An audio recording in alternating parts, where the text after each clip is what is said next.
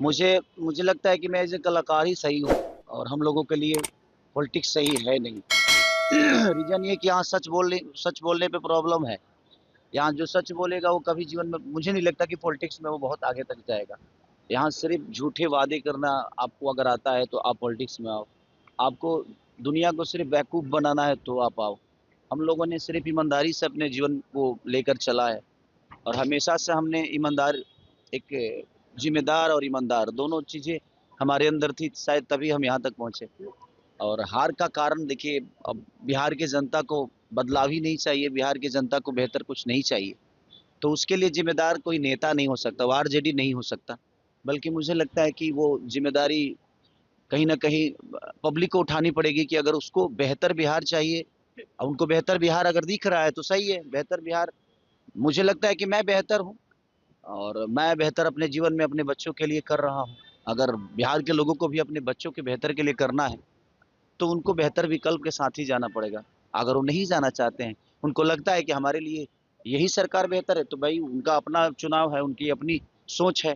उसके लिए ना हम दोषी हैं और ना कोई सरकार दोषी है। तो बिहार के लोगों को सोचना पड़ेगा जो उनके जीवन में उनके बच्चों के भविष्य के लिए कौन बेहतर सोच सकता है। ललितपुर जाओ मामले में लालू प्रसाद यादव के परिवार को आरोपित तय किया है। तेज प्रताप ने कहा है कि हम लड़ेंगे। बिल्कुल लड़ना चाहिए। मुझे लगता है ना कि जिस उम्र से वो गुज़र रहे हैं, उस उम्र में ऐसी चीज़ें उनके साथ नहीं होनी चाहिए। और जहाँ तक बात है कि उन्होंने बिहार को क्या दिया है, तो आप जाकर गाँव में पूछिए कि लालू प्रसाद यादव जी ने बिहार को दिया क्या है?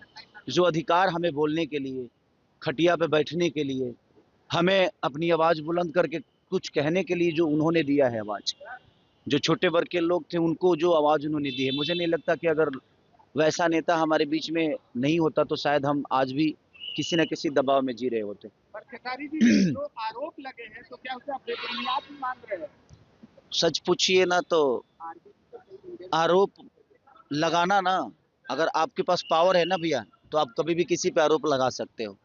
कितना आदमी चीज़ों को हर चीज़ वैध भी अवैध हो जाता है जब आपके पास सरकार नहीं होती है, तो आपकी चीज़ है। मुख्यमंत्री नीतीश कुमार जी को लेकर के भारत रत्न देने की मांग उठी है। बिल्कुल, बिल्कुल। जी हाँ, नहीं, हमें गर्व की बात होगी कि अगर उनको भारत रत्न मिलता है तो और अच्छी बात है। लाल यादव निरहुआ ने कहा कि खेसारी लाल यादव बीजेपी के लायक है ही नहीं। उसकी मानसिकता को इसी पर सोच लीजिए कि वो कहता है कि कोई अपराधी है तो उसका भी तो परिवार है। नहीं, मैं किस देखिए है क्या ना कि वो लोग पूरी बात सुनते नहीं, व्हाट्सएप देख के और लोग डिसाइड करते हैं। मैं बीजेपी के लायक हूँ नहीं कि हूँ, ये वो डिसाइड नहीं कर सकते और उनको पता भी नहीं होगा कि कितने ऑफर खेसारी लाल यादव को बीजेपी से आया होगा और उनसे पूछ के, क्योंकि वो पार्टी के ऐसा तो नहीं कि वो अध्यक्ष हैं, उनसे पूछ के तो कुछ होता नहीं है, बट कहीं ना कहीं अरे नहीं भाई यार, नहीं नहीं, मैं कोई ज्वाइन करना नहीं चाहता यार। मैं क्या बोला कि सच बोलने वाले कभी भी सफल नहीं हो सकते नेता नगरी में। जो झूठ बोलता है, जिनको झूठे वादे करनी है, जो झूठे वादों के साथ जीवन को चलाना चाहते हैं, वो मुझे लगता है कि राजनीति के लिए सही। देखिए कल पता नहीं यार, मैं निरहुआ ने कहा था कि चुनाव हारने के बाद तो कहीं ना कहीं अरे भाई सच, अब तो क्या कर, मैं छपरा में रहूं, मेरा काम छपरा में है। इन लोगों ने फिल्म सिटी बना रखी है क्या बिहार में? मेरा काम तो बम्बई में है ना भाई। तो मैं मुंबई जाऊंगा तभी तो दो रोटी कमा पाऊंगा। ये तो रोजगार दिए नहीं और खाली भाग जाएगा तो कहाँ जाऊं? छपरा में दे दो यार, फिल्म सिटी दे दो, क्योंकि मैं संगीत के बिना रह नहीं सकता। मेरे सोच में छपरा को बेहतर बनाना है, तो छपरा में रह के बेहतर नहीं बना सकता मैं कहीं कमाऊंगा तभी छपरा के लोगों का मदद कर पाऊंगा, और कमाने के लिए इन्होंने मेरे को फिल्म सिटी तो दिया नहीं, कोई चीजें तो दी नहीं यहाँ पे। तो मेरा सारा काम तो मुंबई में है, तो मैं वहीं जाके काम कर पाऊंगा और मेरे बीवी बच्चे भी मुंबई में रहते हैं। तो भाई अब उनको भी, उनके बीवी बच्चों से उनको लेना देना तो है नहीं, बट मेरे बीवी बच्चों से तो मुझे लेना देना है ना भाई। मेरा फैमिली है और मैं फैमिली को बहुत प्यार करता हूँ, तो मुझे मुंबई तो जाना पड़ेगा क्योंकि मेरे पास फैमिली है। और जिसके पास फैमिली है तो फैमिली के पास जाएगा ना वो। आप महिलाओं का हमेशा सम्मान करते रहे हैं, लेकिन पवन सिंह जो है भाई ये उनका जीने का तरीका है। अब देखिए वो महिलाओं का सम्मान करते हैं? आप बताओ, आप बताओ, करते हैं वो?